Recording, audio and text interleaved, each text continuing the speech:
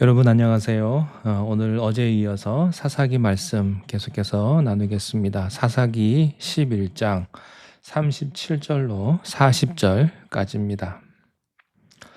또 그의 아버지에게 이르되 이 일만 내게 허락하사 나를 2달만 버려두소서. 내가 내 여자친구들과 산에 가서 나의 처녀로 죽음을 인하여 애곡하겠나이다 하니 그가 이르되 가라 하고 2달을 기한하고 그를 보내니 그가 그 여자친구들과 가서 산 위에서 처녀로 죽음을 인하여 애곡하고 2달 만에 그의 아버지에게로 돌아온지라. 그는 자기가 서원한 대로 딸에게 행하니 딸이 남자를 알지 못하였더라.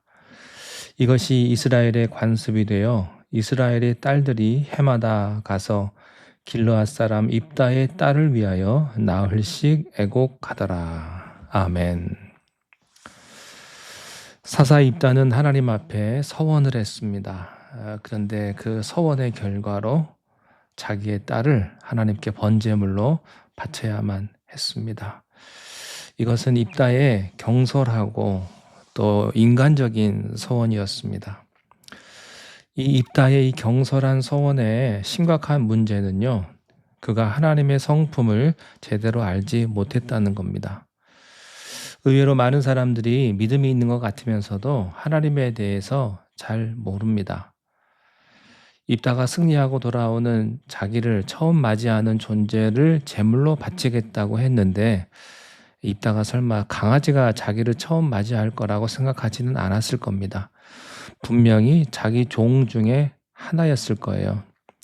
그렇다면 종의 생명은 중요하지 않습니까?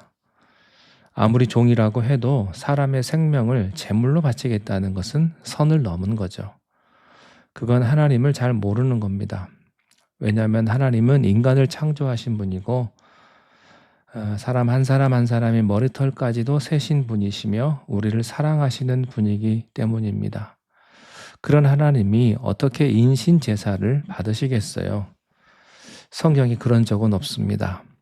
아브라함에게 이삭을 바치라고 한 적은 있었지만 우리가 다 아는 대로 그것은 하나님께 바치지 않았습니다. 하나님이 아브라함의 믿음을 테스트하기 위해서 중간에 스톱시키셨죠. 하나님이 사람의 생명을 내어놓으신 것은 자기의 독생자 예수 그리스도밖에 없어요. 십계명에도 보면 살인하지 말라고 했고요. 또 신명기 12장 31절에도 보면 사람을 제물로 바치는 것은 하나님이 가증히 여기는 것이니까 결코 하지 말라고 했습니다. 그런 일을 하는 자는 죽이라고 했습니다. 하나님께 사람의 생명을 바쳐서 이 어려운 문제를 해결하겠다. 이것은요, 고대 이방 종교에서 온 생각입니다.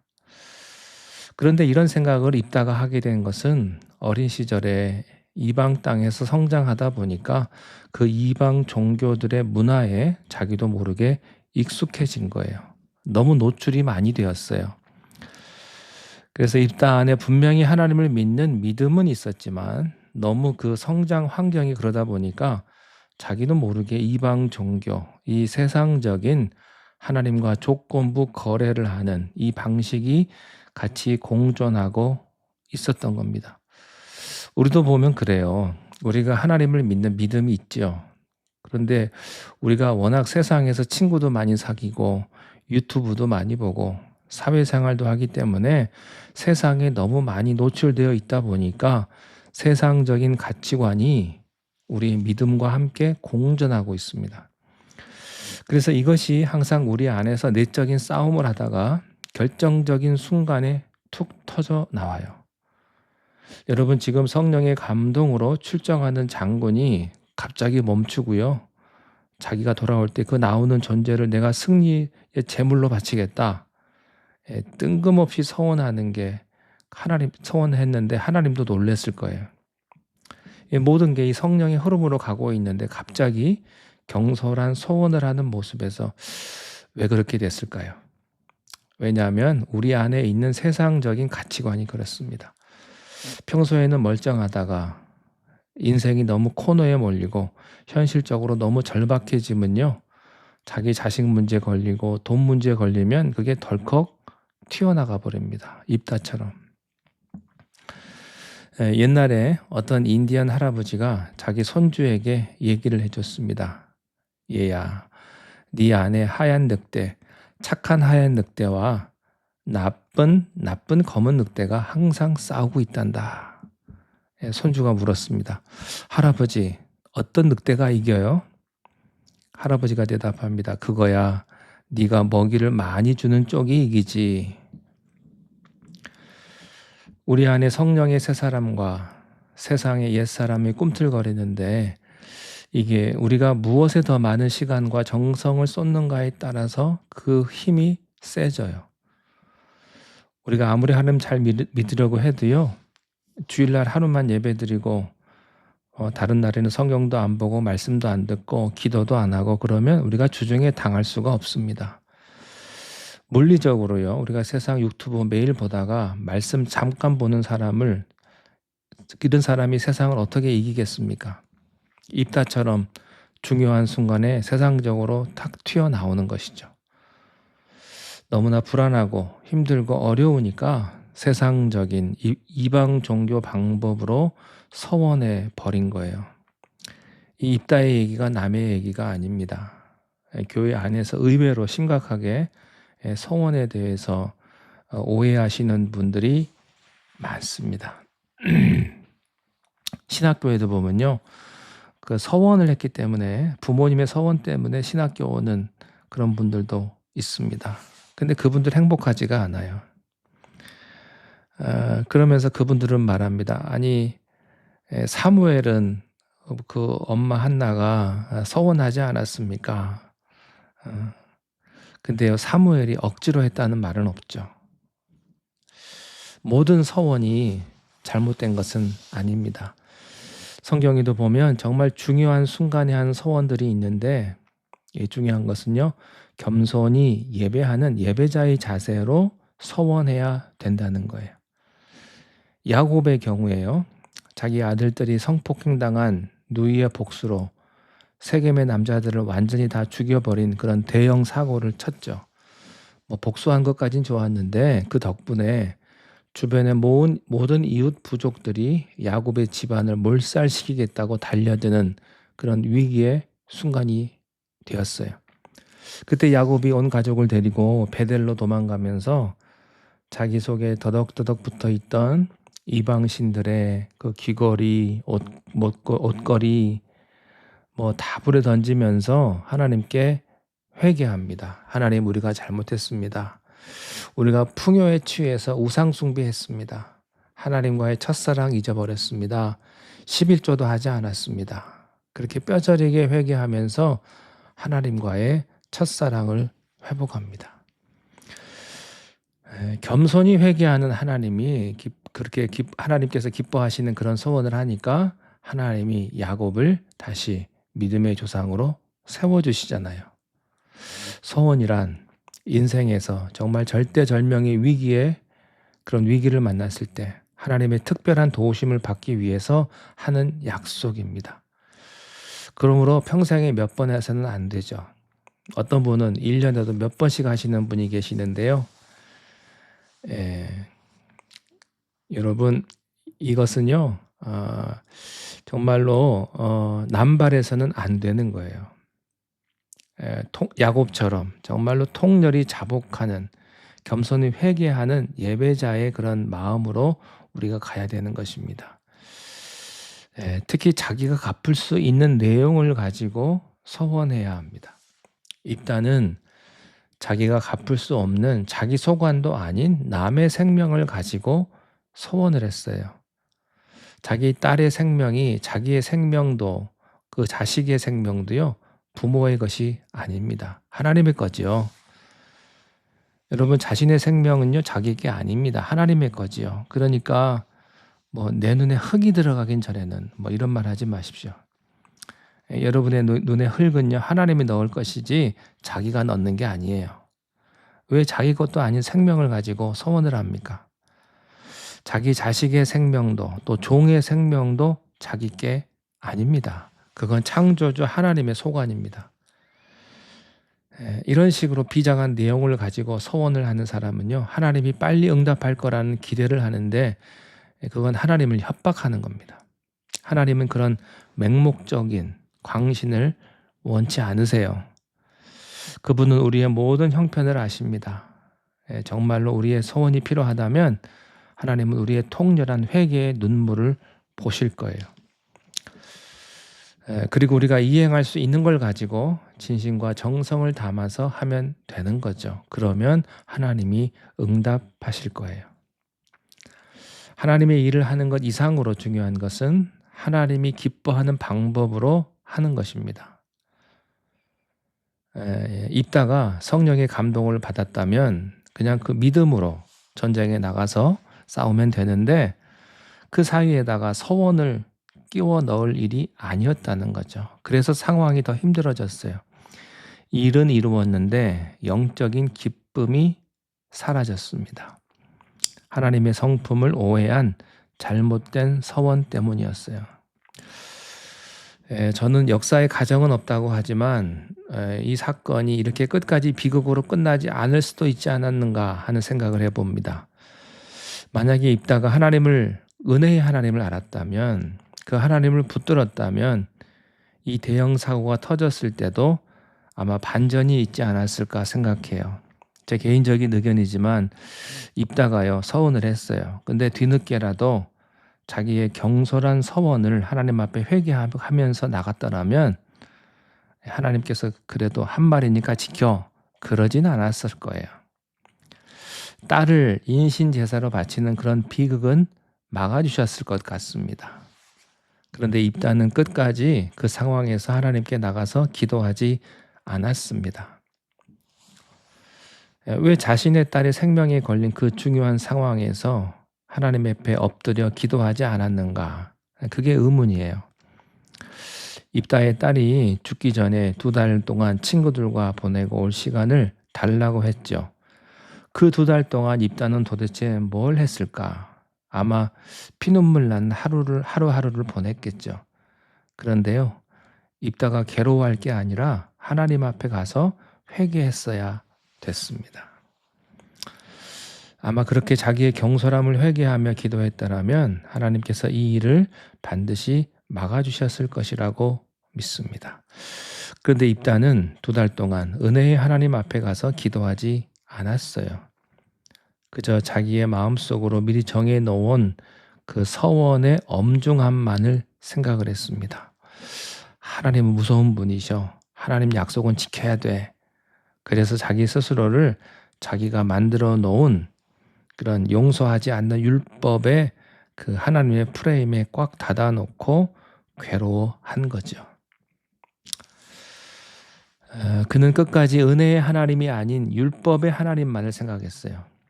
우리가 법을 지켜야죠. 하나님 앞에서 한 약속 지켜야죠. 그렇지만 우리 중에 사고 안 친 사람이 누가 있습니까? 경솔하게 말 한 번 안 한 사람 있나요? 실수하는 사람 있습니까? 그러나 우리가 진심으로 회개하면 하나님께서는 우리의 연약함을 아시고 회복의 2번째 찬스를 주시는 분이십니다. 하나님의 용서를 너무 당연히 여기는 것도 문제지만 입다처럼 너무 자기가 끝까지 책임지려고 하는 것도 문제예요. 죄를 우리가 책임질 수 없습니다. 책임을 지려고 하면 가룟 유다처럼 자살해야죠. 그러나 책임은 하나님께서 져주십니다. 그것이 주님의 십자가예요. 입다가 은혜의 하나님 앞으로 나왔더라면 자기의 딸이 아닌 자기를 위해 돌아가신 하나님의 아들 예수의 피의 은혜를 누렸을 것입니다. 우리가 진심으로 회개하며 십자가를 붙들며 살아야 되는데 입다는 그 십자가의 은혜 앞으로 나오지 않고 끝까지 자기가 책임지려고 했기 때문에 이 비극을 피할 수가 없었습니다. 혹자는 이렇게 말합니다. 하나님께서 어떻게 자기의 딸을 제물로 바치는 그런 인신제사를 받으실 수가 있는가? 답은 no. 하나님은 입다의 경솔한 소원도 받지 않으셨고 그 끔찍한 인신제사도 받지 않으셨어요. 본문에는요, 입다가 드렸다고만 돼 있지 하나님이 받으셨다는 말이 없습니다. 예배는 우리가 드린다고 완성되는 게 아니라 하나님이 받으셔야 완성되는 거거든요. 입다는 처음부터 그 서원 기도할 때부터 하나님의 뜻을 구했어야만 했어요. 우리는 하나님이 처음부터 입다의 서원을 받으셨다고 생각하면 안 됩니다. 그 서원 때문에 하나님이 안 주려던 승리를 주셨다고 생각해서도 안 돼요. 하나님은 이미 입다의 서원과는 상관없이 승리를 약속하셨습니다. 비록 그의 서원은 잘못되었지만 하나님의 약속이 있었기 때문에 승리를 주신 겁니다. 그러니까요. 하나님 보면 참 구부러진 총으로도 관역을 맞추시는 분인 것 같아요. 입다의 그 불완전한 신앙임에도 불구하고 그를 통해서 이스라엘을 구원하셨습니다. 하나님이 그를 쓰는 거죠. 하지만 우리들은 입다에게서요, 상황이 힘들어질수록, 우리가 대형 사고를 친 상황일수록 우리는 율법적인 신앙의 한계를 이기고 은혜의 신앙으로 나가야 됩니다. 그렇지 않으면 내가 만들어 놓은 이 강박한 무서운 하나님의 그 프레임에 눌려서 평생 숨막히는 신앙생활을 하게 됩니다. 500년 전에 16세기 초에 독일에서 한 시골 마을에서 한 청년이 자기 친구와 함께 걸어가고 있었습니다. 그런데 갑자기 무서운 천둥 번개가 내리치면서 옆에 있는 친구가 벼락을 맞고 즉사합니다. 옆에 있던 청년 너무나 두려움에 사로잡혀서요, 이렇게 기도해요. 성 안나시여, 저를 구해주시면, 저를 살려주시면 수도사가 되겠습니다. 요즘으로 말하면 목사 되는 헌신을 그렇게 해버린 거예요. 그러니까 얼떨결에 수도사가 됐어요. 자, 그렇게 시작한 수도사 생활이니 뭐 평안하겠어요? 이 사람이 마르틴 루터인데요. 늘 무서움에 덜덜 떨면서 수도사 생활을 했어요. 금식하고 기도하고 노동하면서 모든 것을 다 해봤습니다. 그런데 그는 이것이 기쁘지가 않았어요. 어떤 때는 3일 금식도 하고 추운 겨울에 담요를 뒤집어 쓰고 덜덜 떨면서 기도했는데도 마음에 기쁨이 없어요. 툭하면 선배 수사에게 가서 죄를 고백하는데 이걸 하루에 몇 시간씩 죄를 고백하다 보니까 선배 수사가 질려가지고 좀 죄 같은 죄를 가지고 와서 회개를 해라. 그러면서 너는 왜 그렇게 공포에 찬 수도사 생활을 하느냐? 이렇게 말했다고 해요. 그러니까 루터는 하나님을 실망시켜서 자기가 죽지 않을까 하는 두려움에 사로잡혀 있었던 겁니다. 그의 하나님은 너무나 무섭고 멀리 계셨어요. 그런데 어느 날 루터가 성경을 읽다가 로마서 1장 17절에 눈이 꽂혔습니다. 복음에는 하나님의 의가 나타나서 믿음으로 믿음에 이르게 하나니 기록된 바 오직 의인은 믿음으로 말미암아 살리라. 어떤 믿음입니까? 나는 보혈의 은혜로 구원받는 그 믿음입니다. 믿음이 자유를 주는 거지. 그래서요, 마르틴 루터는 춤을 춥니다. 그때부터 오직 은혜, 오직 말씀, 이 세 가지 명제가 종교 개혁을 일으키는 겁니다. 개신교의 아버지 마르틴 루터는 그렇게 태어났습니다. 찬송 중에 여러분, 고통의 멍에 벗으려고 예수께로 나옵니다. 찬송 기억하시죠? 우리가 지고 있는 고통의 멍에는요, 고통의 짐은, 무거운 죄짐은 예수께로 나올 때만 해결이 되는 겁니다. 그런데 그 고통의 멍에를 지기만 하고 예수께로 나오지 않고 교회 다니는 사람은요, 평생 입다처럼, 이전에 마르틴 루터처럼 율법의 하나님을 의식하면서 벼락 맞아 죽지 않을까 하는 두려움으로 살게 되는 거죠. 율법적인 신앙이란 은혜를 모르는 신앙이 아닙니다. 은혜를 아예 모르는 신앙은 불신자죠. 은혜를 알지만 은혜만으로는 충분치 않다고 생각하는 겁니다. 그래서 내가 뭔가 플러스 알파를 더해야 된다고 생각하죠. 예, 그렇다면 신앙생활이 얼마나 고통스럽겠습니까? 여러분, 하나님은 여러분한테 원하는 거 없으세요. 여러분이 아무것도 안 갖고 있다는 걸 하나님이 아세요. 그리고 여러분이 끝없이 사고 치는 것도 알고 계십니다. 우리는 은혜의 힘을 온전히 의지해야 합니다. 그래야 영적인 자유가 올 거예요. 인간적인 플러스 알파를 더할 필요가 없어요. 그것으로 하나님 감동하시는 거 아니고요. 우리가 겸손히 하나님의 은혜를 붙잡는 그 손길에 하나님이 함께 하시는 줄로 믿습니다. 기도합니다. 주님 은혜 감사합니다. 우리도 입다처럼 또 이전에 마르틴 루터처럼 은혜를 알지만 은혜로는 충분치 않다는 생각으로 하나님 앞에 세상적인 플러스 알파를 더하려고 하는 그런 연약한 신앙인이었습니다. 이제 자유하게 하여 주시고 내 고통의 멍에는 오직 예수의 은혜로만 해결될 수 있음을 우리가 믿게 하여 주시옵소서.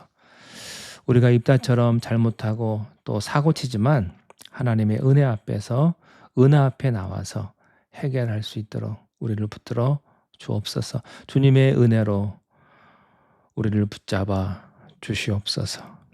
예수님 이름으로 기도하옵나이다. 아멘.